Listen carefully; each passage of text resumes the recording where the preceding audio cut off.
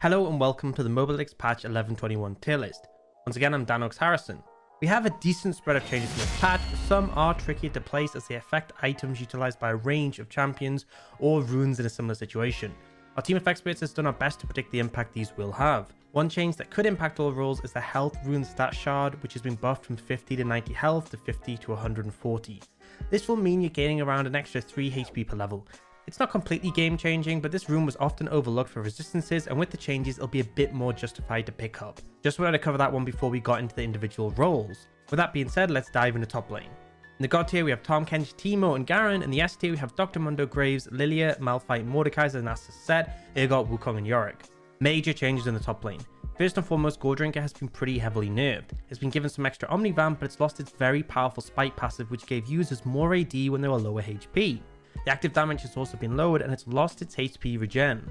It's hard to deduce exactly where Goredrinker builders will end up after this, but a lot of champions may transition to their other mythics, and those that are forced to build Goredrinker, like Aatrox, will suffer.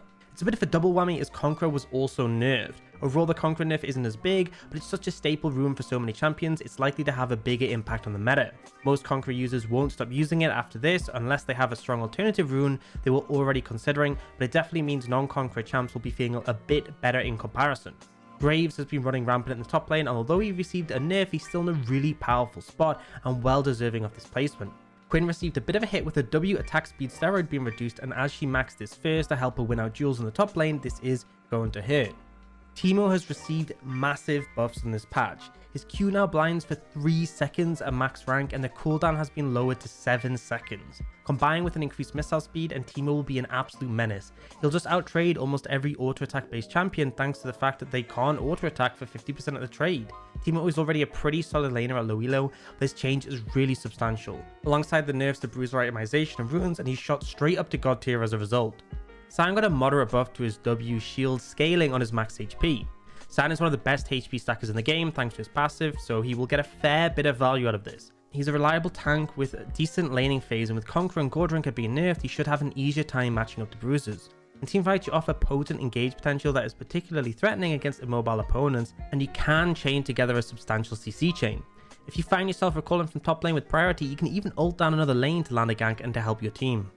Malphite is absolutely going to benefit from bruiser items and runes being nerfed. Ultimately, if Malphite can survive till 6, he poses a massive threat, and he's a force to be reckoned with in teamfights. Immobile champs struggle to deal with him, and he's particularly potent against AD opponents as building armor helps his damage. Building him full tank is easier to find value, but there is some players who are building Everfrost's first item. It allows you to ult a target and follow up with the route for a longer CC chain. On top of that, the mana and AP means you can trade a bit more heavily in lane. Onto the jungle, and in the God tier we have Echo, Trundle and Amumu, and in the S tier we have Evelynn, Fiddlesticks, Graves, Master Yi, Nocturne, Rammus, Shaco, Vi, Warwick and Zac. Jungle is also going to be affected by the Goredrinker and Conqueror nerfs, but ultimately at lower elos there was still a ton of champions that were powerful and didn't rely on them. It does leave room for some picks to bump up, and champions like Jarvan, who synced heavily with both Goredrinker and Conqueror, will be feeling worse. Viego got a minor buff but is still struggling at lower ranks, and with Conqueror being nerfed is unlikely to move any higher. Ingenious Hunter got a pretty solid buff, and this is nice for any Predator utilizers as essentially it's reducing the cooldown quite significantly. Gragas is my biggest example of a champ who can utilize this, as his usual build path is Everfrost into Zhonya's with Predator, and all three will benefit from the increased item haste. Echo was already in a great spot, but with Bruiser's nerfed he's in prime position to be taking over all your games. All Echo needs is a bit of gold from some successful fights or ganks, and he has very limited counterplay when fed. His ability to explode enemy carries combined with his slipperiness make him a great carry. Once you have your ultimate, you can go more aggressive, knowing you have the ability to dip out again. Flank angles are always solid for Echo, whether you're looking to gank or approach a team fight. Ideally, setting up your W out of vision allows the potential for him to connect with his super long stun. Evelynn is super bursty and honestly just frustrating to play against. You do have to be a little bit cautious in the early levels before you have your camouflage available, but overextended lanes are easy enough to gank as it gives you time to stack up your charm. Otherwise, just clearing through your jungle to 6 is completely fine. Once you can move around with your camo and ultimate, you can execute isolated targets and become a massive issue. Split teams and solo queue are easy pickings for you, and things might get trickier in teamfights, so it's key to look for backline access where possible. Graves is dominating in top, mid and jungle due to his insane scaling with gold and his ability to duel most opponents once he has items completed. Shield bow is a massive spike, granting you sustain, a bulky shield and a bunch of useful stats for dealing damage. The clear is quick, and once you have items you can shred camps. Ganks aren't really the best unless your laners have CC to set you up, but in skirmishes you'll be able to duel effectively and use your smokescreen and mobility to win out fights. Onto the mid lane. In the God tier we have Graves, Akshan and Fizz, and in the S tier we have Annie, Kayle, Lux, Malzahar, Vex and Yasuo.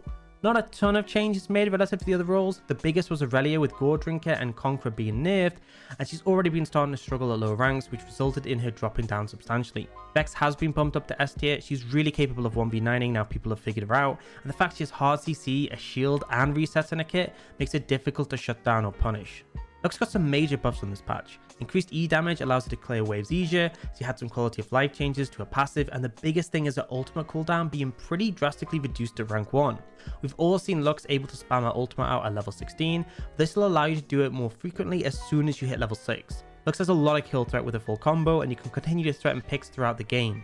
Playing around lack of vision is a really effective way to dismantle the enemy team. When fed, your ult alone can be enough to chunk out a squishy target, and with such a short cooldown you can throw it out frequently. Annie is a staple at low elo. Farming is easy for her, and with a simple to land combo able to burst out squishy targets, it makes a very consistent gameplay. Roaming is particularly effective for Annie, and you perform really well in skirmishes being able to lock down and burst targets. Annie's flash is pivotal for her closing the gap to land at Tibbers, so playing around it is a good strategy. A neat trick is to lead with your Q, so even if your targets attempt to flash, as long as you initiate the cast, then they won't be able to avoid it. Akshan actually received a nerf this patch to his E damage. However, he's been performing so incredibly well that he's still remaining in a top spot on our list. Akshan is an incredible duelist and is often capable of solo killing his opponent. His W allows him to make powerful roams with his camouflage, and his E gives him a powerful tool to avoid being engaged on. When you hit the late game, you deal a ton of damage which you function like an AD carry, and if you're able to utilize your W passive, you can cause major issues for the enemy team by reviving your allies. Onto AD carries. In God tier we have Misfortune, Jinx and Vayne, and in S tier we have Ashe, Draven, Jhin, Sivir, Swain and Ziggs. Xayah got a minor buff. It looks nice on paper, but in actuality it doesn't make a big difference. 5 movement speed is solid, but the change to a Q cooldown is a lot less significant, as the max order for Xayah is E then W then Q, and the cooldown changes only come into effect once you start putting points in. Essentially this means you'll only feel the benefit from level 14, which isn't substantial enough to help with that much. Ravenous Hunter has been nerfed. This rune has been toned down again and again, and with its latest round it just isn't worth taking. If you want sustain and runes, then Legend Bloodline is far better, as it goes up to 9% lifesteal, while Ravenous is only now 6% Omnivamp at max rank. If you go on Domination for other reasons, then Ravenous is often going to be the choice for AD carries, but it's not worth dipping into purely for the sustain anymore. Jinx got some solid buffs on the patch. Her ult is significantly lower cooldown, but the bigger thing is a buff to the attack speed her passive grants her. It's gone from 15% to 25%, meaning when you start getting resets in teamfights, you'll be able to absolutely take over.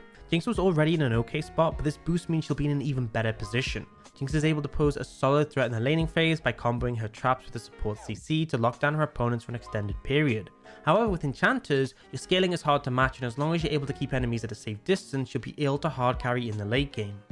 Misfortune has been rampant at Worlds. She got some minor buffs to her mana, but they haven't shaved her power down at all otherwise. She's a strong laner, able to easily contest priority and harass opponents with a double up. There's 2 popular builds going around. The crit build allows you to trade autos more heavily, but the one we're highlighting is the penetration build, which makes your ult absolutely shred. Misfortune syncs really well with AoE CC champions like Jarvan and Amumu, and they set you up for an easy ultimate to dictate fights.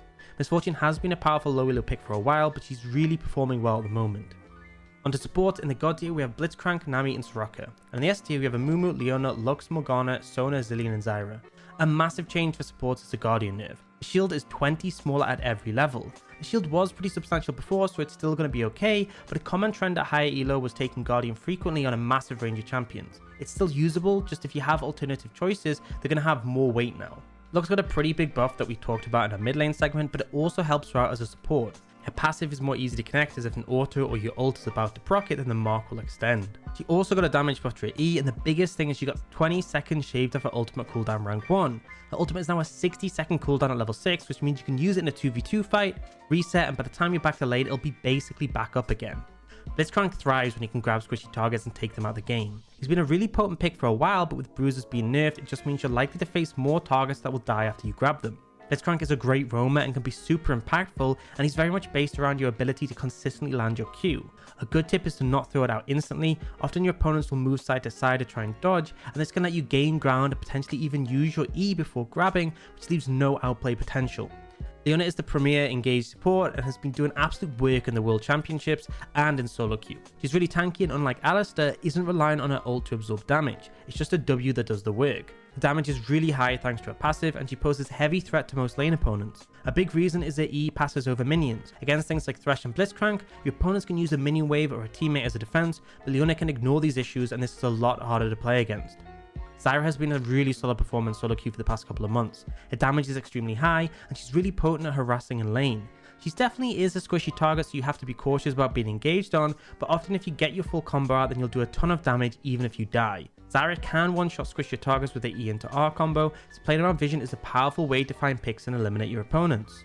And that's it for this patch. Hopefully this has been helpful in getting you up to speed on the meta. If you're interested in seeing the full low elo and high elo list in one place, including seeing D tiers, then head on over to mobalytics.gg where you can get even more info including counters, builds, tips, combos and more. See you next time, and thanks for watching.